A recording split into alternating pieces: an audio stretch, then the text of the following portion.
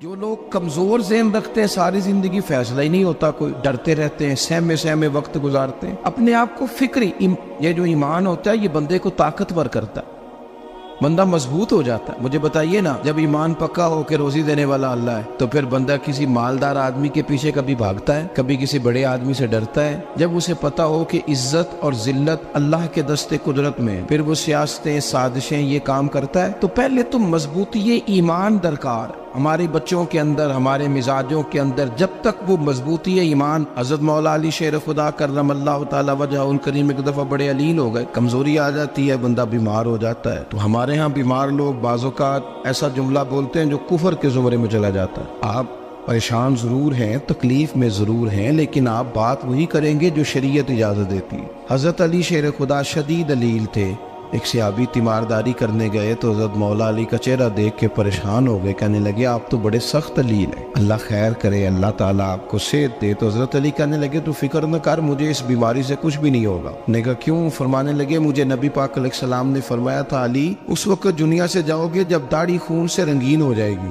تو اس کا مطلب ہے میں خنجر کے وار کے ساتھ شہید کیا جاؤں گا، میں بیماری سے دنیا میں نہیں جاؤں گا، میں یہ بیماری سے مجھے کچھ بھی نہیں ہوگا، اللہ مجھے شفا دے دے گا، چونکہ حضور نے فرمایا کہ ساڈے نبی دی زبان ساڈے واسطے قرآن۔ تو سب سے پہلے تو اپنے ایمان کے اندر، توکل کے اندر مضبوطی پیدا کریں۔ مسلمان دیکھو نا، نماز پڑھنے سے روزی میں برکت ہوتی ہے، تو پھر اس کا مطلب یہ ہے کہ جب ٹائم آئے نا نماز کا تو گاہک جتنے مرضی کھڑے ہوں پھر دکان بند کرنی چاہیے، پھر نماز پڑھنی چاہیے، کیونکہ روزی تو اللہ نے دینی ہے، گاہکوں نے تو دینی۔ تو سب سے پہلے ضروری ہے مضبوطی ایمان، توکل، اللہ کی ذات پر بھروسہ۔ آپ کبھی میدان کربلا کا پورا نقشہ اپنے سامنے رکھیں نا، دو چیزیں ہیں، امام حسین کو نظر آ رہا ہے اب شہادت ہو جائے گی، اتنی بڑی فوج آئی ہے، خدا کی حکمت کے تقاضے سمجھ میں آ رہے ہیں، حالات کیا ہوں گے سمجھ آ رہی، پر ایک لمحے کے لیے بھی ان کا توکل کمزور نہیں ہوا۔ اپنے رب پر جو مضبوط بھروسہ ہے، سیدہ طیبہ طاہرہ حضرت فاطمہ الزہرا رضی اللہ تعالیٰ عنہا اونٹ کے بالوں کی بنی ہوئی چادر اوڑھ کر چکی پیس رہی تھی۔ یہاں بیویاں بڑا روتی ہیں، غریبی بڑی ہے، بڑی غریب بھی ہے، حالانکہ اب کون بندہ پیوند والے کپڑے پہنتا ہے جی؟ اب تو بڑی مشکل سے وہ لوگ ملتے ہیں جو جوتا ٹوٹ جائے تو گانٹھ کے پہنے، ورنہ تو نئے جوتے آ جاتے ہیں۔ حضرت سیدہ پاک اونٹ کے بالوں کی بنی ہوئی چادر اوڑھ کے چکی پیس رہی تھی۔ نبی پاک صلی اللہ علیہ وسلم نے دیکھا، آنکھوں میں آنسو ضرور آئے، پر محبوب نے فرمایا فاطمہ دنیا میں تھوڑی سی تکلیف برداشت کرو، قیامت کی ساری عزت اللہ آپ کو ہی عطا فرمائے گا۔ تو توکل کی مضبوطی، اللہ کی ذات پر بھروسہ، اپنے رب کریم کے ساتھ امیدوں کا وابستہ کرنا، اس سے مضبوطی آئے۔ دوسرا فرمایا وَعَمِلُوا الصَّالِحَاتِ، بہترین عمل کیا جائے زندگی میں، نیک اعمال کیے جائے، وقت ضائع نہ کیا جائے، ہر وقت کوئی نہ کوئی کام بندہ کرتا رہے۔ یہاں بہت سارے لوگ ہیں جن کو لوگ نیک کہنا شروع کر دیتے ہیں نا، وہ سمجھ لیتے ہیں شاید ہم سچی مچی نیک ہیں۔ لوگ جو کہتے ہیں حضرت صاحب کی بلا، پیر صاحب کی بلا، میں یہ طالب علموں کو، دوستوں کو، بلکہ اپنے آپ کو بھی کئی دفعہ کہتا رہتا ہوں، اپنے آپ کو سمجھاتا ہوں کہ یہ لوگ تجھے کہہ رہے ہیں حضرت صاحب، یہ تو رات کو تو اپنے آپ سے پوچھنا، اپنے رب سے پوچھ، کبھی موقع ملے تو اپنی گریبان میں جھانک، غور کر کے تیری کیفیت کیا ہے، تنہائی میں تیرا دل اللہ سے جڑتا ہے کہ نہیں، عبادت میں دل لگتا ہے کہ نہیں، خدا کا خوف دل میں رہتا ہے کہ نہیں، غریب کی محبت، عزیزوں قربت والوں کا احساس طبیعت میں موجود رہتا ہے کہ نہیں۔ ویسے تو میرا مطلب ہے، لوگ کہہ دیتے ہیں حاجی صاحب آپ بڑے سخی ہیں، تو اس سے تو نہیں نا بندے نے سخی ہونا، سخی تو تب ہونا ہے جب اللہ کی بارگاہ میں مقبول ہوگا۔ اعمال صالحہ، نیک کام، اور وہ کرتا رہے بندہ، کوئی بھی کام اسے نیکی کا مل جائے نا۔ دیکھنا اپنا معیار ہر انسان نے بنایا ہوتا ہے کامیابی کا۔ کچھ لوگوں کا خیال یہ ہوتا ہے کہ بچے میرے پڑھ گئے، اپنی اپنی جگہ پہ سیٹ ہو گئے، میں اب بڑے سکون میں ہوں۔ کچھ کی رائے یہ ہوتی ہے کہ میں نے سب بچے بچیوں کا بیاہ کر دیا ہے، گھر میرا بن گیا ہے، اب میں بڑے آرام میں ہوں، قرار میں ہوں، سکون میں ہوں۔ تو اپنی اپنی رائے ہوتی ہے، لیکن حقیقت وہ ہے، اصل وہ ہے جسے اللہ کے قرآن نے بیان کیا۔ اللہ کریم نے فرمایا والعصر، اے محبوب علیہ السلام ہمیں آپ کے زمانہ مبارکہ کی قسم ہو، ان الانسان لفی خسر، فرمایا بے شک انسان خسارے میں، نقصان میں۔ اپنے تئیں کوئی دعویٰ کر لیتا ہے، آپ دیکھتے ہیں کہ بہت سارے لوگوں کے دعوے اپنے اپنے ہوتے ہیں نا۔ کسی بھی طالب علم سے آپ پوچھیں پیپر دے کے آئے تو پیپر کیسا ہوا ہے، تو کیا کہتا ہے؟ جب کینڈیڈیٹ الیکشن لڑتے ہیں تو رات کو جب وہ سوتے ہیں تو سارے جیت کے ہی سوتے ہیں، ان کو سب یہی کہتے ہیں کہ لوگ سارے تیرے ساتھ ہی ہیں. حالات یہ جتنے بادشاہ حکمران ہوتے ہیں ان کے بگڑنے کی بنیادی وجہ ہوتی ہے کہ یہ خوش فہمیوں میں مبتلا ہوتے ہیں. ہم میں سے بھی ڈھیر سارے لوگ ہیں جو خوش فہمیوں میں مبتلا ہیں. کچھ کہتے ہیں جناب ہماری نسبت بڑی تگڑی ہے.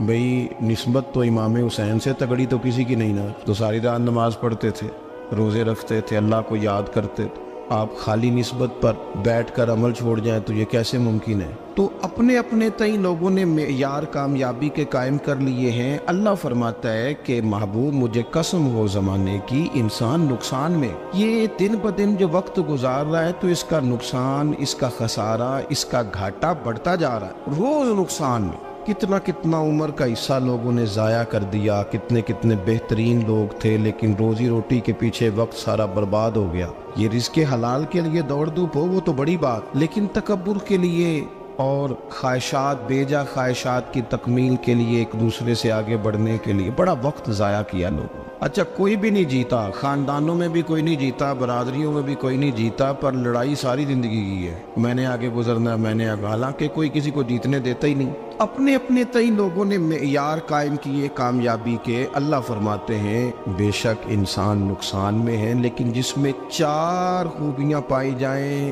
اللہ کا قرآن کہتا ہے وہ بندہ کامیاب ہو. کون کون سی؟ الا الذین آمنوا, سب نقصان میں نہیں سوائے ان لوگوں کے جو ایمان لائے. سب سے پہلے کیا کرے؟ ایمان ہو اس کے پاس, مضبوط ایمان. وعملوا الصالحات, اور ایمان بھی لائے اور نیک کام بھی کرے.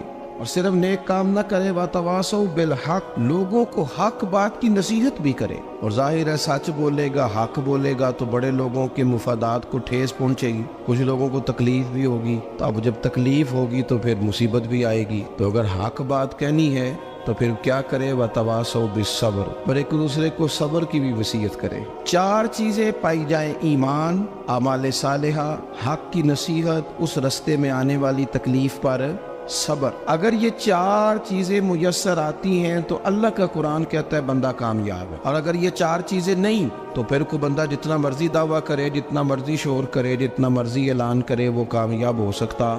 سب سے پہلے تو اپنا ایمان پکا کرے.